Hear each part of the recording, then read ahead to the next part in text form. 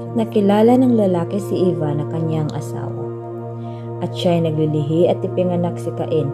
At sinabi, nagkaanak ako ng lalaki sa tulong ng Panginoon. At sa muli ay pinanganak ang kanyang kapatid na si Abel, at si Abel ay tagapagpangalaga ng mga tupa. Natapwat si Cain ay mangbubukid sa lupa. At nangyari nung lumakad ang panahon ay nagdala si Cain ng isang handog na mga bunga ng lupa sa Panginoon. At nagdala rin si Abel ng mga panganay ng kanyang kawan at ng mga taba ng mga yaon. At nilingap ng Panginoon si Abel at ang kanyang handog. Tatapwat hindi nalingap si Cain at ang kanyang handog, at nag-init na mainam si Cain at nananglaw ang kanyang mukha. At sinabi ng Panginoon kay Cain, bakit ka nag-init at bakit nananglaw ang iyong mukha? Kung ikaw ay gumawa ng mabuti, di ba ikaw mamarapatin? At kung hindi ka gumawa ng mabuti, ay nahahandusay ang kasalanan sa pintuan, at sa iyo pahihinuhod ang kanyang nasa, at ikaw ang papanginoonin niya. At yaoy sinabi ni Cain sa kanyang kapatid na kay Abel. At nangyari nang sila'y nasa parang ay nagtindig si Cain laban kay Abel na kanyang kapatid, at siya ay kanyang pinatay. At sinabi ng Panginoon kay Cain, saan naroon si Abel na iyong kapatid? At sinabi niya, ewan ko, ako ba'y tagapagbantay sa aking kapatid? At sinabi niya, anong iyong ginagawa? Ang tinig ng dugo ng iyong kapatid ay dumadaing sa akin mula sa lupa.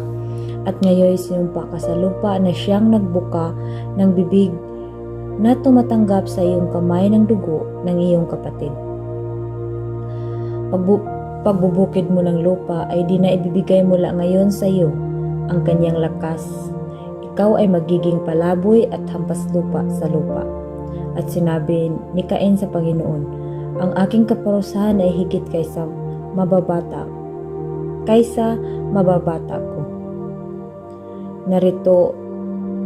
Narito ako'y iyong itinataboy ngayon mula sa ibabaw ng lupa, at sa iyong harapan ay magtatagpo ako, at ako'y magiging palaboy at hampas lupa, at mangyayari sa sinumang makasumpong sa akin ay papatayin ako. At sinabi sa kanya ng Panginoon, dahil dito'y sinumang pumatay kay Cain ay makapitong gagantihan.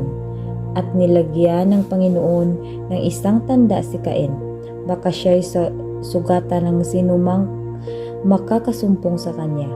At umalis si Cain sa harapan ng Panginoon at tumahan sa lupain ng Nod sa silangan ng Eden.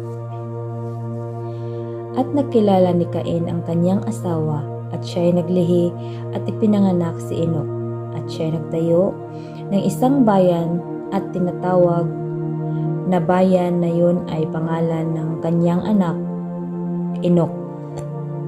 At naging anak ni Enoch si Irad, at naging anak ni Irad si Mehujael, at naging anak ni Mehujael si Metusael, at naging anak ni Metusael si Lamech. At si Lamech ay nag-aasawa ng dalawa. Ang pangalan ng isa ay Ada, at ang pangalan ng ikalawa ay Zela. At naging anak ni Ada si Habal, at siyang naging magulang ng nangasisitahan ng mga tulda at may mga hayop. At ang pangalan ng kanyang kapatid ay Hubal, na siyang naging magulang ng mga na tumutugtog ng Alpha at Lahota. At tungkol kay Zela ay ipinanganak naman niya si Tubal-Cain na namatay na mamamanday ng lahat ng kagamitang patalim na tanso at bakal. At ang kapatid na babae ni Tubal-Cain ay si Naama. At sinabi ni Lamech sa kanyang mga asawa, Ada at Zela, pakinggan ninyo ang aking tinig. Kayong mga asawa ni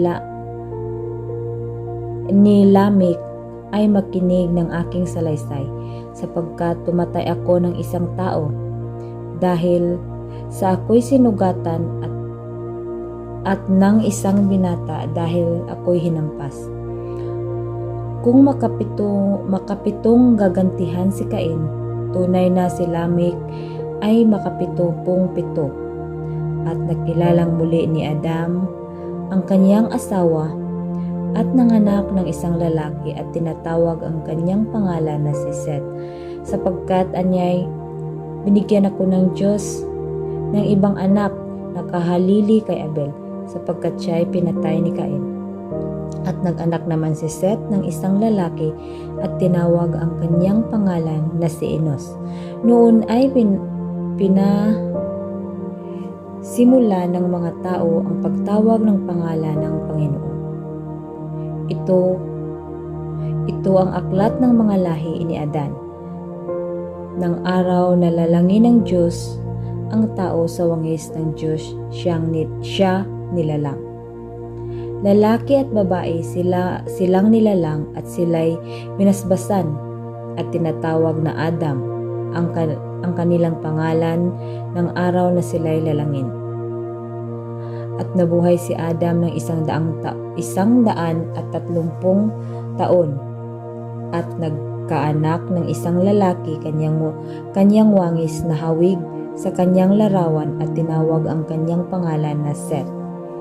At ang mga naging araw ni Adam pagkatapos na ipinanganak si Seth ay 800 taon, at nagkaanak ng mga lalaki ang mga babae. At ang lahat ng araw ay ikinabuhay ni Adam ay 930 taon at siya'y namatay. At nabuhay si Seth ng 105 taon at naging anak niya si Enos. At nabuhay si Seth pagkatapos na ipinanganak si Enos na 807 taon at nanganak ng mga lalaki at mga babae. At ang lahat na naging araw ni Seth ay 912 taon at siya'y namamatay. At nabuhay si Enos ng 90 taon at naging anak si Kainan. At nabuhay si Enos pagkatapos na ipinanganak si Kainan ng 815 taon at nagkaanak ng mga lalaki at mga babae. At ang lahat ng naging araw ni Enos ay 905 taon at siya'y namatay. At nabubuhay si Kainan ng 70 taon at naging anak si Muhalalel. At nabubuhay si Kainan pagkatapos na ipinanganak si Muhalalel ng 840 taon at nagkaanak ng mga lalaki at mga babae. At ang lahat na naging araw ni Kainan 910 taon at namatay. At nabuhay si Muhalalel ng 65 taon at naging anak si Hared. At nabubuhay si Muhalalel pagkatapos na ipinanganak si Hared ng 830 taon at nagkaanak ng mga lalaki at mga babae. Ang lahat ng mga naging araw ni Muhalalel ay 8 taon at 95 taon at namatay. At nabuhay si Hared ng 162 taon at naging anak si Enok. At nabubuhay si Hared pagkatapos na pinanganak si Enok ng 800 taon at nagkaanak ng lalaki at mga babae. At ang lahat na naging araw ni Hared sa Siyam ay 962 taon at namatay. At nabuhay si Enok na 65 taon at naging anak si Mutasalem. At lumakad si Enok na kasama ang Diyos pagkatapos ng maipanganak si Mutasalem ng 300 taon at nagkaanak ng mga lalaki at babae. At ang lahat na naging araw ni Enok ay 365 taon. At lumakad si Enok na kasama ang Diyos at di siya nasumpungan sapagkat kinuha ng Diyos. At nabubuhay si Mutasalem ng 100 taon, 187 taon at naging anak si Lamech. At nabuhay si Mutasalem pagkatapos na pinanganak si Lamech ng 7 taon at 82 taon at nagkaanak ng mga lalaki at mga babae. At ang lahat na naging araw ni Mutasalim ay 969 na taon. At siya'y namatay. At nabuhay si Lamech ng 182 taon at nanganak ng isang lalaki. At tinatawag ang kanyang pangalan na Noe, na sinabi, ito ang aaliw sa atin tungkol sa ating gawa at sa pinagpagalan ng ating mga kamay dahil sa lupang sinumpa ng Panginoon. At nabuhay si Lamech pagkatapos na maipanganak si Noe ng 575 taon at nagkaanak ng mga lalaki at babae. At lahat na naging araw ni Lamech ay 777 taon at namatay. At si Noe ay may 500 taon at naging anak ni Noe si Sem at si Cham at si Japhet. At nangyari nang magpasimula na ang dumami ang mga tao sa balat ng lupa at nanganganak ng mga babae na nakita ng mga anak ng Diyos na magaganda ang mga anak ng babae ng mga tao at sila'y nangagsikuha ng kanya-kanyang asawa sa lahat ng kanilang pinili. At sinabi ng Panginoon, ang aking espiritu ay hindi magkikipagpunyagi sa tao magpakailanman sapagkat siya'y may laman, gayon may magiging 120 taon ng kanyang mga araw. Ang mga higanti ay nasa lupa ng mga araw na yun at pagkatapos di naman ng makasiping ang mga anak ng Diyos sa mga anak na babae na tao at manganganak sila sa kanila.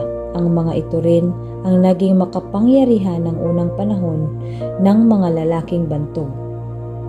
Ang nakita ng Panginoon na mabigat ang kasamaan ng tao sa lupa at ang buong haka ng mga pag-iisip ng kanyang puso ay pawang masama lamang na parati. At nagsisisi ang Panginoon na kanyang nilalang ang tao at lupa at nalumbay sa kanyang puso. At sinabi ng Panginoon, lilipunin ko ang tao sa aking nilalang sa ibabaw ng lupa at ang tao at gayon din ang hayop at ang mga umuusad at ang mga ibon na sa himpapawid sapagkat pinagsisihan ko ang aking nilalang sila.